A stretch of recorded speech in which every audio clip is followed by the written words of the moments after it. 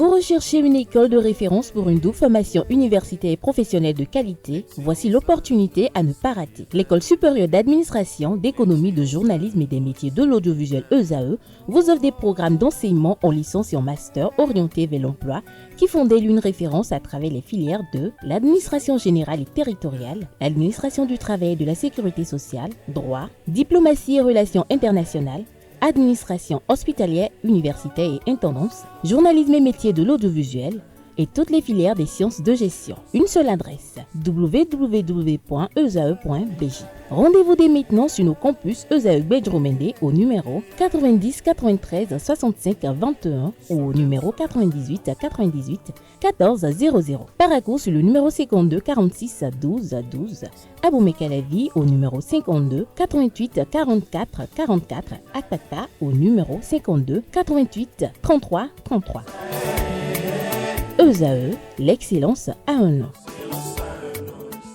Dimanche 10 novembre 2024, amis internautes, bonjour et bienvenue sur ESAE TV. Il est 8h, c'est l'heure de l'invité. Nous recevons pour vous ce jour un acteur politique. Il a pour nom Mathieu Ablessi. Monsieur Ablessi, bonjour. Bonjour Karl. Comment allez-vous? Je remercie Dieu pour la journée que Dieu m'a donnée. Amen. Donc, grâce à Dieu, je suis avec ma complice de tous les jours. Il s'agit de Nansrine Fatombi. Nansrine, bonjour. Je parle ce qui peut. Comment vas-tu? Ça va, je vais. Bénissons le nom du Seigneur. Et voilà le plateau. Vous le connaissez déjà. Nous sommes 3 et nous allons démarrer tout de suite. Aujourd'hui, nous allons parler de l'intensité des chantiers ouverts au Bénin à quelques mois de la fin du mandat qui est en cours. Cela nous intéresse parce que ça intéresse les populations. On ne sait pas s'ils doivent se réjouir ou se plaindre comme ils le font. Et c'est pour cette raison que nous avons invité pour vous quelqu'un qui s'y connaît, un acteur politique qui a le sens du réparti, qui sait apprécier les choses et qui va vraiment essayer de nous expliquer de sa position de mouvancier. J'espère que je n'ai rien trahi, M. Ablessi. Non, tout à fait. Je suis mouvancier, je suis du bloc républicain. Ah, voilà. Et donc, je vais laisser la priorité à ma collègue de démarrer cet entretien. Alors, bonjour, M. Ablessi. Bonjour, Mme Fatimé. Bon, moi, je vais vous faire quand même l'honneur de dire le nom de votre parti politique, le Bloc républicain. Merci. Alors, comme Kalès l'a dit, on va parler autour des grands chantiers qui sont en cours au Bénin. Alors, nous sommes à 2 ans de la fin du mandat présidentiel. Dites-nous d'abord, comment se porte le parti Bloc républicain? Globalement, vous constatez que par rapport au mauvais vent qui souffle, le bloc républicain est un peu en marge. Le bloc républicain est en marge parce que les coups de massue sont plus reçus par nos frères siamois et que par nous. C'est la preuve que nous avions une autre vision, une autre façon de manager les choses qui nous a permis d'être un peu en marge de ce mauvais vent qui souffle. Je n'en dis pas plus. Alors, ce mauvais vent qui souffle, les coups de massue, qu'est-ce qui peut expliquer cela généralement de votre côté, celui de votre côté et du côté de votre frère siamois? Ça dépend de la posture de chaque acteur et mise au front-off de la gestion des équipes. Et chaque acteur devrait pouvoir faire preuve d'une certaine autonomie. Et cette autonomie s'observe avec nous parce que nous avons, notre leader est un peu, d'abord parle très peu, oui. Et donc il n'est pas cernable. Il n'est pas cernable par l'environnement. Sur quel plan? Il n'est pas cernable de tout point de vue. Il n'est pas cernable. Et donc, je crois, c'est une leçon que je tire de lui. Je dis, ça, il faudrait l'internaliser dans le management. Lorsque vous parlez trop, vous laissez prendre à votre propre piège. Et je crois, c'est ça, c'est à son actif.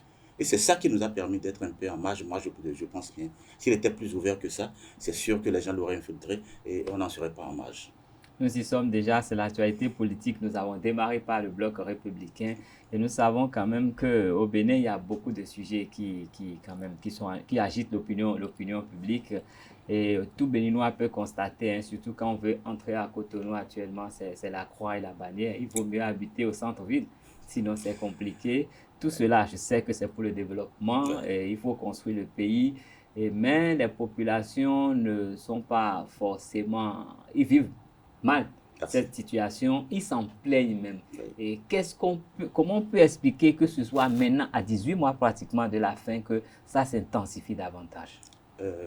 Merci, M. Carlos. Je crois que globalement, c'est une question de vision. Et d'entrée, je me rappelle que quand des tranchées se faisaient déjà, on dégageait des gens des bords des voies, il y avait que, et sur plusieurs plateaux, je leur disais, il y avait un plan d'exécution de travaux pour le mieux-être de plus grand nombre que nous sommes, et qui donc justifie cet élan de déguerpissement. Les conséquences sont là. Les espaces aujourd'hui sont utilisés. Je l'avais dit, et je me rappelle, j'avais en face Madame Wawala, ma grande sœur, avec qui on ne s'était pas entendu, mais aujourd'hui, elle constate avec moi que ces espaces libérés sont utilisés pour que nous ayons, le pays ait l'image que nous avons aujourd'hui. Et oui, nous nous plaignons de ce que les activités aujourd'hui, bien les œuvres qu'on est en train de faire pour les infrastructures perturbent la circulation. Mais l'image que nous présentons aujourd'hui, par rapport à l'image du Bénin il y a 10 ans, qu'est-ce qu'on en dit? Et ça, c'est déjà la volonté de faire les choses pour nous. Personne n'irait avec. C'est donc c'est pour nous, c'est pour notre intérêt. Et je suppose un instant que chacun de nous a eu l'opportunité de faire des activités, d'entreprendre des œuvres chez lui. Oui. Ça crée des nuisances, ça crée des perturbations. Souffrons un peu que ce soit ça, pour que demain, le Bénin, l'image que nous présentons aujourd'hui soit encore meilleure par rapport à ce qu'on avait hier, et que demain soit encore meilleur à aujourd'hui. Et je crois que c'est un peu ça. Je vais exhorter les populations à comprendre qu'on ne fait pas d'omelette, comme on dit, sans casser des œufs. C'est là où on est en train de casser des œufs. Mais quand on va finir d'assaisonner et que l'omelette sera à table, tout le monde va s'en réjouir. On va s'en réjouir. Nous nous réjouissons déjà de ce qui est fait, qui est palpable, que nous voyons. Merci. Mais il faut remarquer, quand nous intéressons un peu aux travaux qui se font au niveau déjà de verre de corps, on sait déjà que c'est des travaux d'envergure qui vont durer des mois. Merci. Pas 18 mois, beaucoup de mois. Donc au-delà de ce mandat qui est en cours. Et nous avons observé qu'en fin du mandat, je vais dire en 2016, nous étions en train de construire la route des pêches. Mais quand le nouveau régime est arrivé, ce projet a été revu, refait, ça a pris plus de temps. Est-ce que nous ne nous exposons pas à ce risque qui fera que ça va durer encore plus longtemps? C'est la fin du mandat. Vous dites avec moi que voilà, des choses se font, ne pourraient pas finir. Ça, c'est de votre point de vue, parce que nous n'avons pas le cahier de charge de ceux qui exécutent aujourd'hui. À quelle échéance ils doivent livrer, nous ne savons pas. Je ne sais pas, vous ne savez pas. Et donc, c'est une appréhension que nous avons pour dire, et ça ne venait pas à être livré avant le départ de ce régime, donc ça pourrait connaître des modifications. Oui, mais entre-temps, on aurait appris que le président a dit qu'il n'y aurait pas d'éléphant blanc avant la fin de son mandat. Donc c'est pourquoi je dis que nous n'avons pas le cahier de charge et donc nous n'avons pas des preuves qu'à l'échéance, ils n'auraient pas livré. Nous n'avons pas le cahier de charge, nous n'avons pas le planning d'exécution qu'ils ont avec eux. Et donc, espérons qu'avant l'échéance, ce serait déjà chose faite et qu'on n'en serait pas là à avoir d'éléphants blancs. Et ça, c'est vrai, c'est un engagement pris par le chef. Sauf cas contraire, on n'en a pas juste là. On n'a pas d'éléphant blanc juste là. Et je pense qu'à l'échéance... Mais les travaux sont toujours en cours. Les travaux sont en cours, beaucoup sont achevés, beaucoup sont terminés. Mais vous voyez avec moi, vous quittez Ganri pour l'aéroport aujourd'hui, vous regardez bien combien ça fait pour. C'est un exemple parmi tant d'autres. Et c'est tout le territoire qui est ainsi métamorphosé. C'est à l'actif de ce qui est fait aujourd'hui. Ce qui se fait encore, c'est pour que l'image là soit meilleure par rapport à aujourd'hui. Et nous n'avons pas le cahier de charge, nous avons des appréhensions sur ce qu'à l'échéance, ça pourrait ne pas être terminé. Et là, ça pourrait connaître des perturbations, mais le cahier de charge est là. Et je parie que si le cahier de charge ne tient pas compte de ce que ça finirait avant, on n'en serait pas là à s'acharner sur. À l'échéance, nous serons là pour évaluer. Je ne voudrais pas être le porte-voix de tous ceux qui essayent de voir négativement tout ce qui est fait, mais je suis quand même forcé de faire un constat. En 2016, avant l'avènement du président Patrice Talon au pouvoir, toutes mes excuses, le système culturel au Bénin fonctionnait d'une certaine façon avec un financement régulier de l'État béninois qui était même à coût de milliards pratiquement. Mais depuis 2016, nous avons vu que ce système a été mis en péril. Les fonds ont été amenuisés, les fonds étaient là, personne n'y avait accès. Et c'est brusquement en fin de mandat que le Fonds de développement des arts est encore lancé, alors que nous savons que généralement, les artistes, on les utilise pour des faits de campagne. Je fais ce lien-là. Non, merci Karl. Je crois que c'est un fait, c'est un constat que nous faisons tous, que voilà, à un moment donné, le fonds d'aide a été suspendu, et que maintenant, ça se relance. Oui, bon. Avec aussi la DAC qui a lancé le Jeudi des Arts, si je ne me le pas mal. Bien sûr, bien sûr. Vous savez, vous l'aviez dit, rien n'est dans des bétons. ce qui était mis en place Oui. par rapport pour aider les acteurs culturels Oui. à porter la culture à échelle, c'était tant mieux. Mais est-ce que ça correspondait exactement à la vision de celui qui est là aujourd'hui? C'est une question de vision. Et puisque ça ne correspondait pas à sa vision, il fallait donc planifier des activités qui correspondent à sa vision. Et donc pour le moment, il ne fallait pas continuer à jeter l'argent comme ça, parce que c'est de l'argent jeté, on en a besoin pour faire autre chose. Vous aviez vu, on veut que le Bénin soit un pays grandement visité. Et les cultures devront se vendre. Mais ce n'est pas dans le contexte antérieur que ça se vendrait. Donc, en fonction de cette vision, il fallait donc suspendre ce qui est là, voir un peu comment on peut le redéployer. De 8 ans pratiquement. Ce n'est pas le plus important. Mais ça dépasse la durée d'un mandat. C'est le redéploiement que nous allons voir par rapport au redéploiement. Qu'est-ce qu'on en ferait?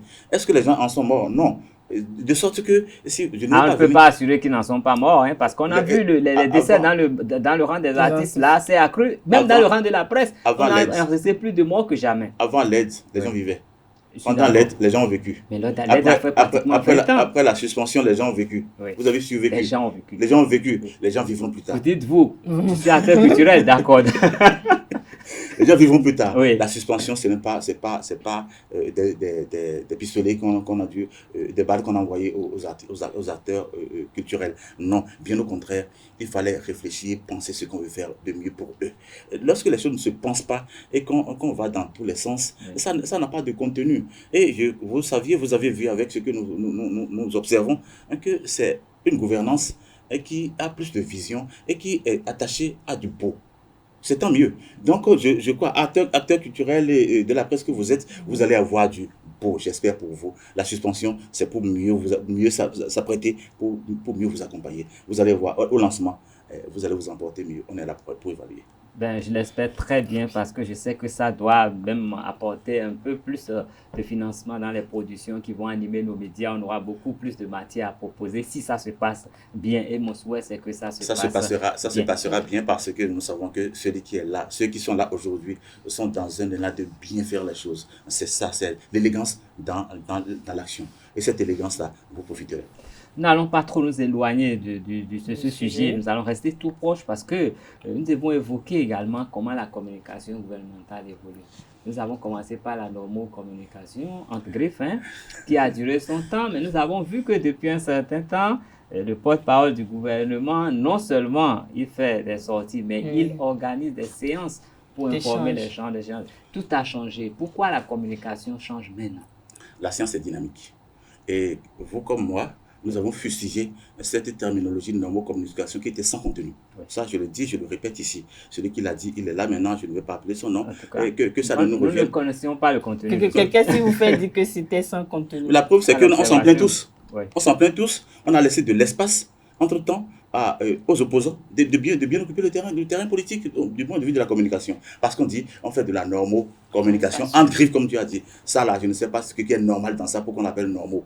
Donc, je répète que c'était une déviance. C'était une erreur d'appréciation, je crois. Et puisque c'est celui qui ne fait pas d'erreur, qui ne sait pas corriger ses erreurs, qui est un peu con. Et les gens ont compris que c'était une erreur, nous corrigeons et nous souffrons aujourd'hui, acceptons qu'aujourd'hui le porte-parole soit sur le terrain, vous rencontre, vous porte les informations et va rencontrer même beaucoup d'autres acteurs et est plus présent sur les médias. C'est vrai que ce n'est pas encore totalement ça. Moi, je le veux encore davantage. Je veux qu'il fasse encore mieux que ce qu'il fait aujourd'hui parce que ce qu'il fait n'est pas exemple de critique.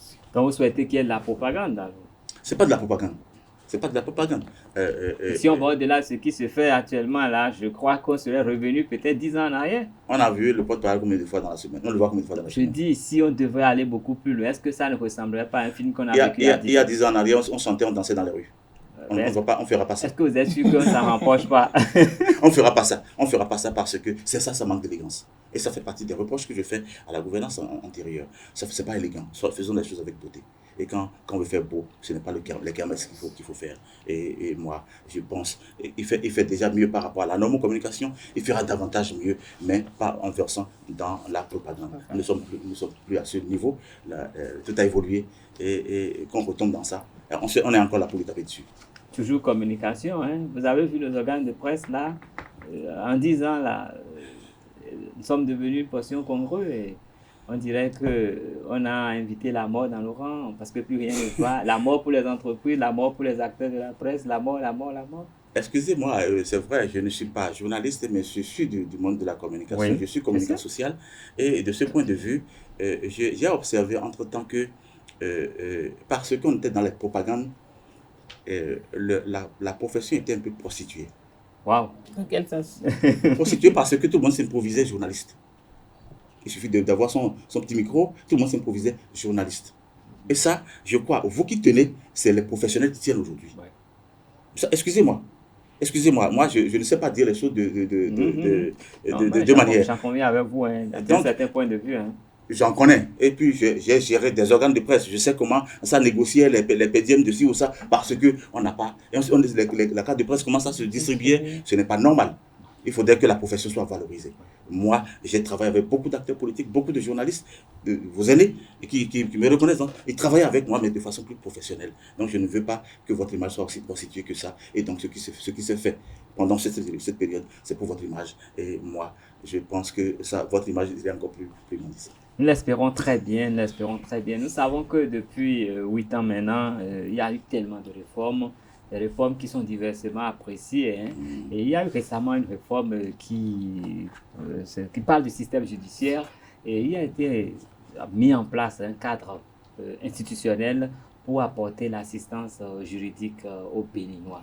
Et comment est-ce que vous qualifiez, quel commentaire ça ça suscite chez vous dans la mesure où est-ce qu'on n'a pas l'impression que c'est parce que c'est un aveu que notre justice n'est pas forcément ce qu'elle doit être?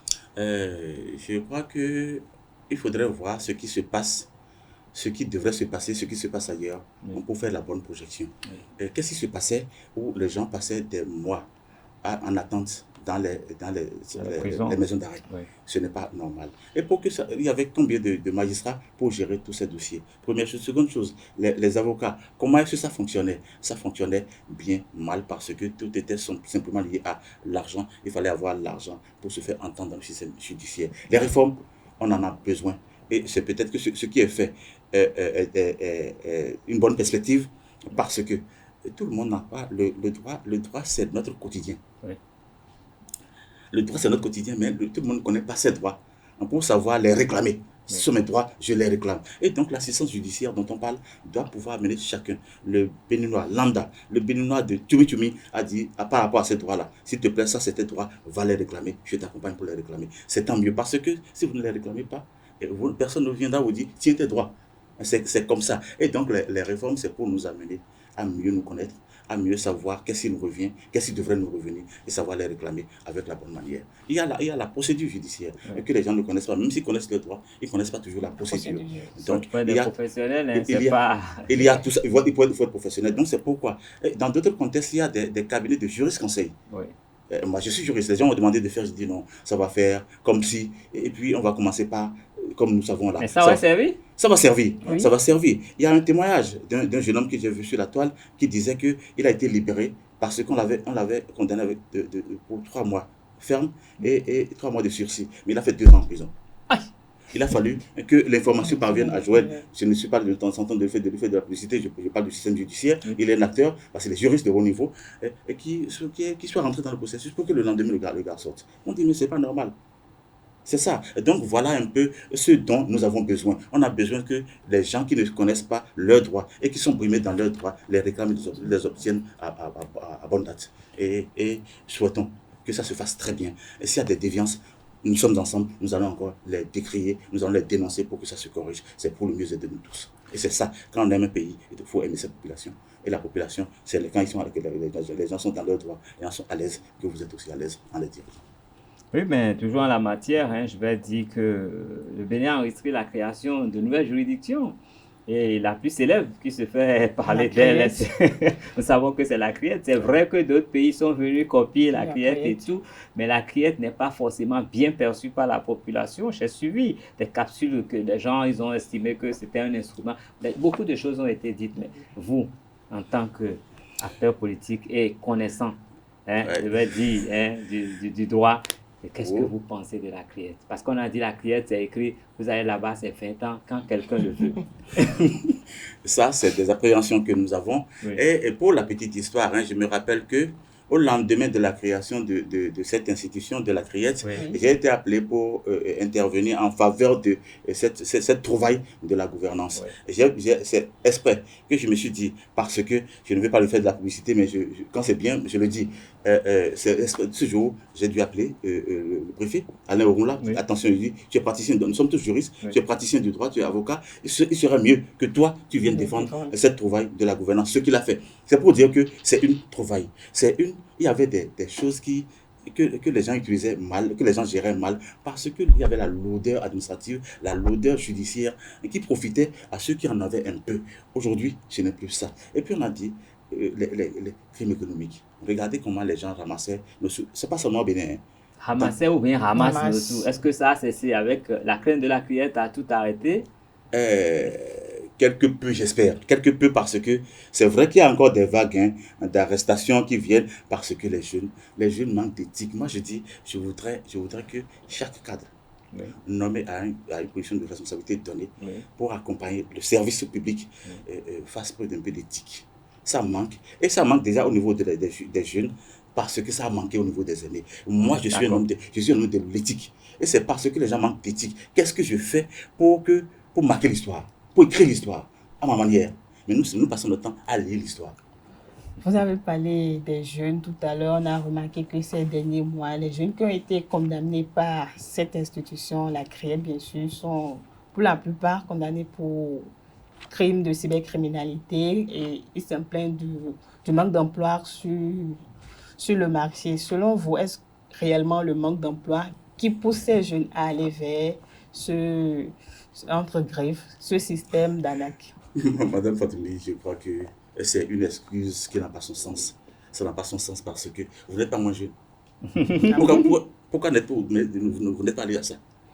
Car c'est vrai qu'il est relativement... Mais pourquoi n'est-il pas allé? Il y a des gens plus âgés que lui qui sont dans ça. Donc c'est une question d'option. Quand les gens veulent trop de facilité, est-ce que c'est parce qu'ils ne veulent pas se chercher ou bien c'est la facilité? Et c'est pourquoi... Non, c'est la facilité. C'est la facilité parce qu'il y a des alternatives qui s'offrent à eux. Mais puisqu'à côté... Oh, je ne saurais dire parce que chacun dans son contexte. Moi, je suis dans mon contexte et je gère les alternatives qui s'offrent à moi. Oui. Et donc, chacun dans son contexte devrait pouvoir observer pour dire, dans ce contexte-là, est-ce que la formation n'est pas d'abord un problème à la matière? Ça, c'est clair. Parce qu'il y a plein de diplômés qui sont pratiquement inutiles pour la nation. Ça, c'est clair que nos curricula universitaires, nos orientations universitaires ont des problèmes. Et ça encore, c'est l'histoire qu'on ne fait que lire. Oui. On ne fait que lire l'histoire, on n'écrit pas l'histoire. Écrire l'histoire, c'est déjà réformer tout ça là. Parce que les Blancs ont installé ces centres de formation pour qu'on soit à leur service. Dans le temps, à l'université, il n'y avait pas les techniques, ça n'existait pas. On formait pour les lettres, pour comment appelle-t-on? On va dire que quelqu'un a fait la littérature américaine, la littérature française. Et puis il a fait thèse, il est professeur de littérature française. Ça va nous apporter quoi? Rien du tout. Et c'est ce qu'on nous a enseigné dans le temps. Et c'est ce que nos universités enseignaient. Il fallait retoucher tout ça pour que la formation soit au service du développement. On n'a pas fait. Et ça encore, c'est la faute des cadres. Et c'est pourquoi je m'excuse contre eux quand ils se prononcent mal, ça m'énerve. Ceux qui ont eu la chance de gouverner l'université pour initier des actions comme ça qui n'est pas fait et qu'aujourd'hui ils se passent en donneur de leçons. Je dis là, à chaque fois que j'ai une occasion de leur dire arrêtez, je leur dis arrêtez. Parce que ce n'est pas normal que ça se passe comme ça et que maintenant vous vous en prenez aux jeunes, c'est leur faute. C'est la faute aux jeunes parce qu'ils n'ont pas cessé les alternatives, mais c'est encore la faute à ceux-là qui avaient la gouvernance et la formation et qui sont restés là à ne lire que l'histoire au lieu d'écrire l'histoire. Nous parlons criette. Moi, j'ai quand même envie de vous poser la question. J'aimerais quand même avoir votre opinion sur l'affaire de tentative de coup d'État qui a impliqué l'ex-patron d'Espoir Oswald Omeki et l'ami frère du président Patrice Talon Oswald Omeki et Olivier Boko, autant pour moi, en tant qu'acteur politique. Comment est-ce que vous avez cerné cette situation? Dès que la situation était venue, Madame Fatoumi, je disais aux gens, je suivais, on dit, vendredi, je n'interviens pas pour le moment. Mais à un moment donné, en offre, j'ai dit à certaines personnes, j'ai dit, il y a quelque chose qui s'est passé dans le fond. Première chose, les raisons. Première raison. Comment est-ce que le commandant de la garde présidentielle, Oui. qu'est-ce qui justifie qu'il aille souscrire à une assurance vie? Quel risque il veut prendre qui le justifie à aller souscrire à une assurance vie et qui lui a souscrit à cette assurance? Je veux savoir, c'est une question. Et s'il souscrit à une assurance vie pour des risques qu'il veut prendre par rapport au sujet dont vous parlez, il y a des actes qu'il ne peut pas faire seul. Donc, pour en venir à faire de la masse d'argent. Donc, les acteurs vont être motivés. C'est la masse de motivation, c'est au niveau de la masse de motivation qu'on les a retenus. Et donc, il y a quelque chose qui se passe, qu'il a souscrit à une assurance vie. Et parce qu'on a parlé de 55 millions, d'une part, et de 105 millions, d'autre part, parce que là, il y a déjà même du faux à ce niveau. Oui. Et maintenant, on parle de milliards, et là encore, il y a plusieurs chiffres. Je ne vais pas en évoquer ici, mais le chiffre qu'on sait, c'est 1,5 milliard et qui devrait servir, de mon point de vue, ça n'engage que moi, à motiver l'équipe d'exécution de ce plan. Et comme ils disent qu'il n'y a rien, ceux qui disent ça là, je dis, c'est ça, je ne veux pas insulter, mais c'est dommage et qu'on en soit là, à ne pas aimer son pays à ce niveau. Que tout ce qui demande, tout ce qui perturbe l'équilibre de la gouvernance, l'équilibre du système qui nous gère, ça devrait pouvoir nous écraser et puis on devrait se sujet contre. Et que non, il n'y a rien, l'argent ça vient d'où et tout ça là. Quand j'entends ça, ça m'énerve. Et puis oui, mais plusieurs acteurs essaient d'interpréter quand même une lecture juridique de la situation. Oui, lorsque on me dit, un éminent juriste nous dit, coup d'État, il n'y a pas, les gens ne sont pas qualifiés parce qu'il faut être militaire pour faire coup d'État. Allez sur le net, il y a coup d'État politique. Et taper coup d'État politique, sa définition est fausse. Parce que ça, ce qu'il a dit là, c'est push. Après, il a cherché à se rattraper, mais il a voulu dire que le jeune magistrat n'avait pas de raison de parler de coup d'État. Il y a bel et bien coup d'État dans le contexte là, parce que toute conquête de pouvoir par des moyens non constitutionnels, ça s'appelle coup d'État. Conquête du pouvoir par des moyens non constitutionnels, ça s'appelle. Si ce n'est pas les armes, ça s'appelle putsch. Mais pas les autres là, c'est des différents coups d'État institutionnels, constitutionnels, et tout ça là, on se met en marge, on dit non, il y a question de terminologie. Et c'est ça, je dis, c'est des gens qui ont passé leur temps à lire l'histoire, à lui décrire l'histoire. Et je veux leur demander de bien vouloir soigner leur mise. En faisant je veux leur demander. Oui. Il y a l'acteur qui a parlé de ça. Je ne vais pas stigmatiser. Bon, je ne vais pas stigmatiser, mais tout le monde sait. Qu'on dise, il y a problème de terminologie. Oui. Je veux lui demander de bien vouloir soigner sa mise. Oui. Parce que il y a, dans un passé très récent ici, c'est ce même acteur-là qui nous faisait croire que l'enfant qui naît le 31 décembre, le lendemain, avait 1 an. Et par rapport à l'âge qu'il fallait atteindre pour aller à la présidentielle, et que celui-là maintenant nous disent, bon voilà qu'il n'y a pas coup d'État parce que sa thèse est dans un contexte donné. Que la science est dynamique. Qu'il fasse ces références-là. Je dis, c'est des gens qui passent le temps à lire l'histoire, à lui décrire l'histoire. Qu'ils travaillent à ce que l'histoire retienne des leçons. Et je dis, en matière de droit, je n'en ai pratiquement pas au Bénin qui soit référence. Ma référence en matière d'éthique, de droit, c'est Kéba Mbaye au Sénégal. Tapez le nom sur Google, vous allez voir ces débats, vous allez voir ces échanges en matière d'éthique, en matière de gouvernance et tous les postes qu'il a occupés. Je crois et que les gens arrêtent de tromper la jeunesse, que les gens arrêtent d'envoyer la jeunesse à la déperdition, parce que c'est un peu ce que moi je lis à travers ça. Entre lui et moi, l'écart n'est pas grand, donc je lui fais des reproches que je lui dis ici aujourd'hui, qu'il arrête de distraire nos enfants. Qu'ils arrêtent de distraire nos enfants, parce que ce n'est pas normal. Il a lu l'histoire, mais les enfants, je préfère que les enfants écrivent l'histoire. Le président de la Criette est en train de vouloir écrire l'histoire à sa manière. Oui. Qu'il lui laisse le temps de faire. On aura le temps les enfants auront le temps de juger. De quoi il se mêle? Non, mais il a fini d'être actif. Et si on lui donne sa pension là, c'est pour se reposer, il n'a qu'à se reposer. Ah oui, carrément, mais je crois qu'en Afrique, on dit que les vieillards constituent encore une bibliothèque. Mais lorsque ça se passe comme ça, où des gens comme ça nous disent que l'enfant qui est le 31 décembre, le lendemain avait 1 an, et vous croyez qu'on va les prendre pour référence? Non, mais à vous entendre, est-ce que ça ne voudrait pas dire que les juristes font du reste du peuple ce qu'ils veulent? Non, parce que vous avez évoqué ce que vous voulez, la référence, ça fait déjà 10 ans en arrière, et je me rappelle que dans le contexte des élections, il y a toujours eu des mauvaises interprétations. Rien que pour s'attribuer des sièges dans nos communes, on est même revenu sur la loi pour que ça puisse tenir. Est-ce que les juristes, quelque part, entre griffes, ne se foutent pas du reste du peuple? Le droit étant par essence interprétatif, oui. Chaque acteur l'interprète dans le sens où il veut. C'est ça qui justifie ce que je dis là par rapport à naissance et tout ça. Oui. Et ça qui justifie qu'on nous dise, voilà, coup d'État, il n'y a pas coup d'État, pour une terminologie. Et tout ça, c'est des questions d'interprétation. Oui. Mais je dis que chacun travaille à soigner sa mise. Donc, à faire l'interprétation qui pourrait traverser les générations. Et c'est ce que moi j'ai lu à travers, je vous dis la référence, nous sommes, les téléspectateurs sont là, les jeunes juristes sont là, allez sur taper Kéba Mbaye, vous allez suivre que ça, c'est un cadre, un juriste de référence. Mais ici, quel nom vous allez taper pour avoir tout ce que nous avons de Kéba Mbaye? Ce n'est pas bien que ça se passe comme ça. Les jeunes qui sont là aujourd'hui, qui ont la gouvernance de l'université, et des jeunes qui sont là aujourd'hui, qu'ils s'inspirent de ça pour dire, je veux écrire l'histoire, je ne vais pas continuer à lire l'histoire, et qu'ils marquent leur temps. C'est ce que je leur suggère, parce que dans l'interprétatif, mais faisons attention pour que l'histoire ne nous rattrape pas par rapport à tout ce que nous disons aujourd'hui. Les gens aujourd'hui qu'on accuse de ce que nous disons là, et qu'il en soit autrement pour eux, c'est aujourd'hui qu'ils vont travailler à ça. Non, mais est-ce que, par ricochet, c'est pas carrément dans tous les secteurs que les cadres béninois doivent quand même revoir un peu leur copie, parce que ce que nous disons en droit, nous avons le même problème au niveau des impôts, nous avons le même problème au niveau des finances, nous avons le même problème partout. Vous avez votre parcelle, bon, des papiers, ce n'est jamais sûr. Aujourd'hui, c'est tel papier, demain, c'est l'autre. Les impôts, et ça dépend de qui vous dépose la vie. Est-ce que c'est pas carrément, je ne sais pas, hein, on doit revenir sur le civisme, le patriotisme, des choses qu'on avait enseignées au cours de la Révolution et les gens, on a décrié, on a tout balayé du revers de la main avec la Conférence nationale de la démocratie. Est-ce qu'on ne devrait pas revenir à ces fondamentaux pour revoir un peu la formation des cadres pour qu'ils soient plus disponibles pour la nation? Vous aviez sorti le mot les fondamentaux. Les fondamentaux.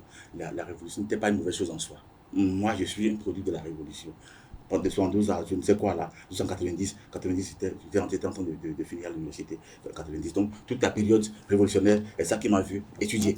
Et donc, si on n'avait même pas le contexte révolutionnaire, je me demande si j'aurais pu avoir la chance de faire tout ça, de faire ce cycle-là, parce que je sais d'où je viens. Et donc, tout n'était pas mauvais dans ça.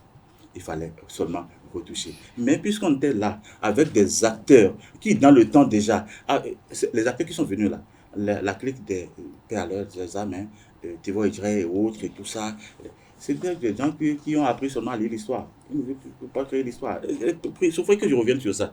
Que chacun marque son temps. Et donc, les jeunes cadres que nous avons là, c'est pourquoi j'en parle ici aujourd'hui avec vous, ils sont en train de copier ces aînés-là que nous décrions.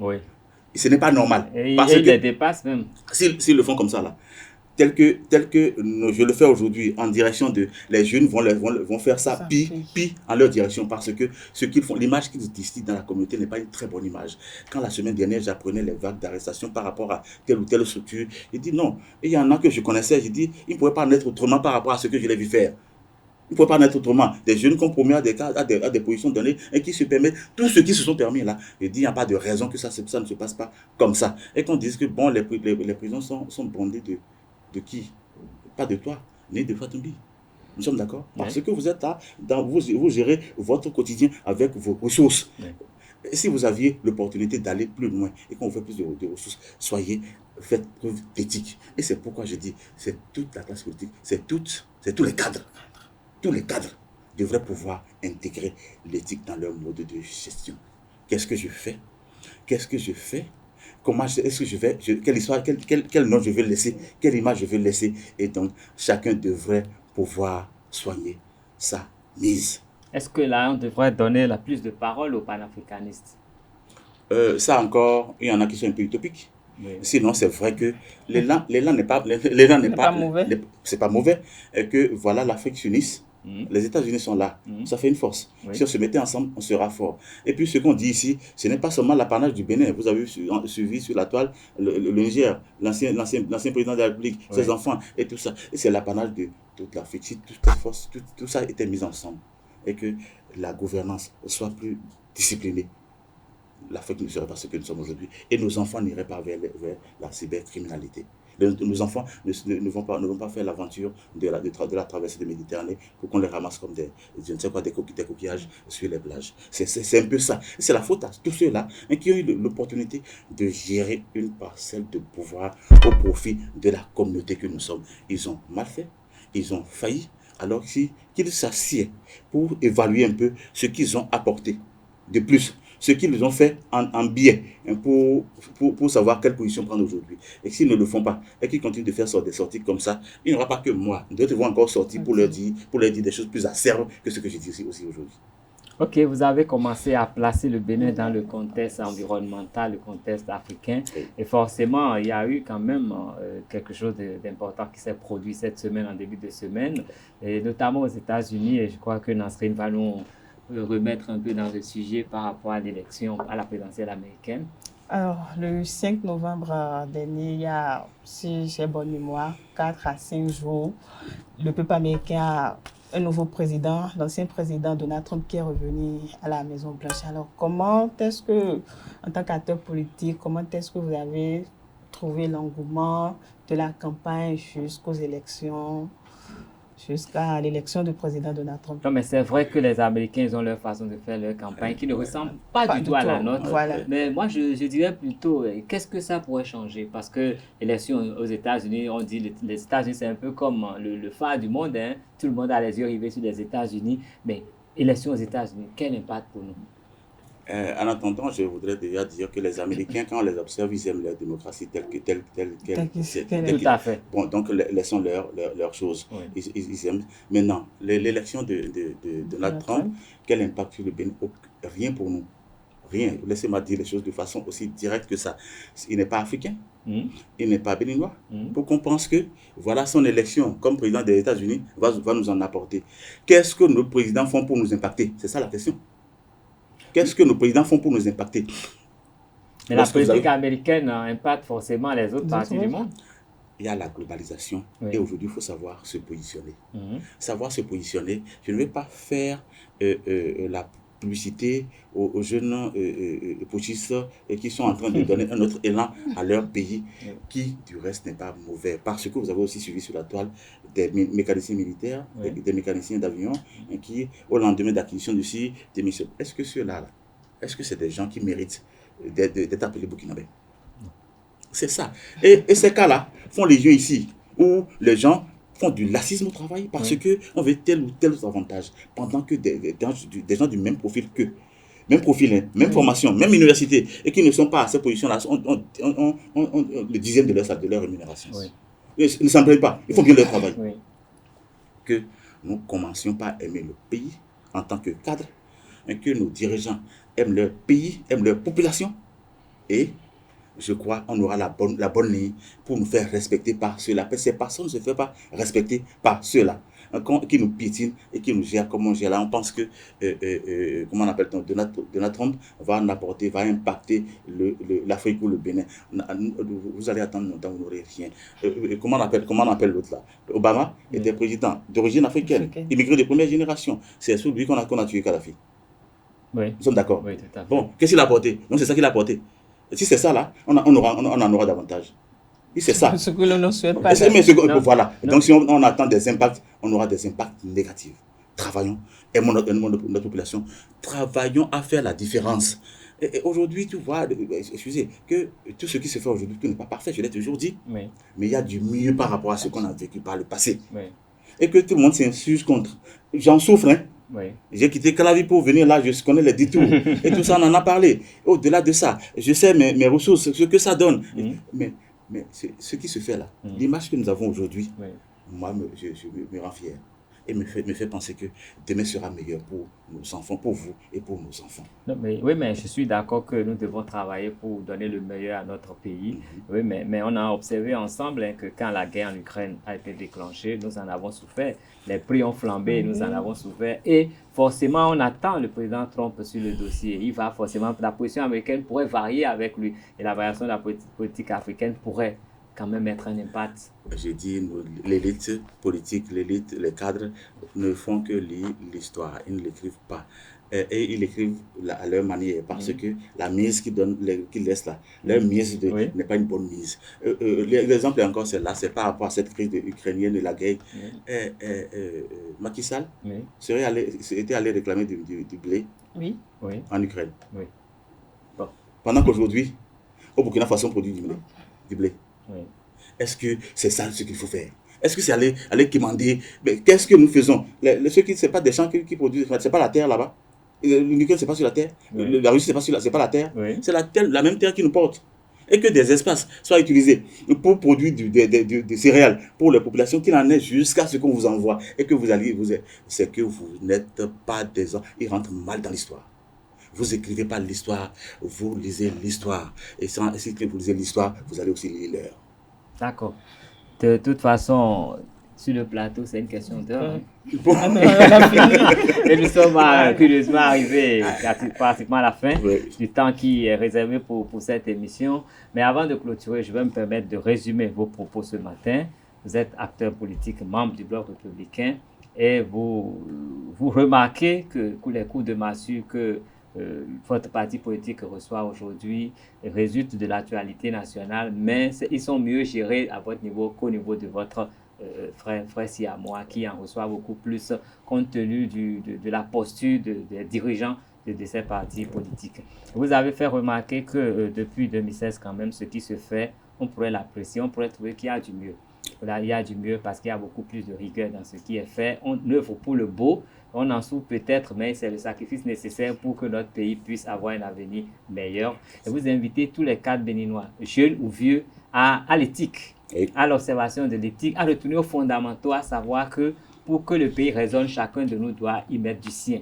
Il faudrait se sacrifier, travailler avec éthique de façon sérieuse et rigoureuse et ne pas être là à vouloir poncer les caisses de l'État. Sinon, nous n'irons nulle part. Et cela justifie, à votre avis, toutes ces personnalités qui défilent devant la criette, qui du reste est une juridiction qui est venue régler beaucoup de problèmes, non seulement désengorger les tribunaux, mais régler des problèmes spécifiques qui étaient là et dont on ne s'occupait pas. Et vous avez estimé que l'assistant judiciaire qui est proposé au Bénin aujourd'hui vient régler le problème de beaucoup de personnes qui passent des longs séjours inutiles et injustifiés en prison parce qu'ils ne s'y connaissent pas et que ça, c'est une porte de sortie. Aujourd'hui, l'argent est mis dans le secteur de développement des arts pour que ça accompagne le développement touristique qui s'observe au Bénin et pour permettre à nos acteurs culturels de proposer du mieux qui va s'harmoniser avec tout le beau qui est exposé. Vous avez estimé que qu'il y ait élection aux États-Unis ou pas, la priorité, c'est nous. C'est le travail que nous faisons chez nous, c'est notre positionnement pour que nous soyons considérés, pour que nous soyons écoutés. Et vous avez trouvé que dans le panafricanisme, il n'y a pas que du mauvais. Il y a beaucoup de choses qu'on peut retenir et laisser passer l'utopie. Et vous estimez également que tous ces jeunes présidents poutiches ont quand même des idéaux qu'ils développent dont on devrait se saisir et revoir quand même mettre que la Constitution soit quand même respectée. Ce n'est pas cette façon que vous souhaitez que ça soit géré, mais les idées qui véhiculent sont révolutionnaires. Ces idées pourraient vraiment nous aider. Et donc, c'est l'essentiel de ce que j'ai retenu de vos propos de ce matin. Je voudrais savoir si je n'ai pas trahi vos propos devant le téléspectateur. Non, avec comment on appelle-t-on, un témoin comme Nasrin, tu n'auras pas de raison de trahir la vérité de ce qui est dit ici. D'accord, merci infiniment. Merci. Ce sera tout pour cette émission. Je vais dire merci à vous, amis téléspectateurs, qui avez suivi jusqu'à la fin cette émission. Je vais dire un grand merci à Nasrin Fatoumbi qui m'a permis d'aller au bout de cette émission. Merci à M. Avlessi qui s'est prêté à nos questions et qui nous a apporté des réponses vraiment intuitives. Merci. Je ne vais pas occulter tous les techniciens qui sont là autour de nous, que ce soit Charbel, Ulrich, Espero et toute l'équipe de mise en œuvre. Merci et à dimanche prochain.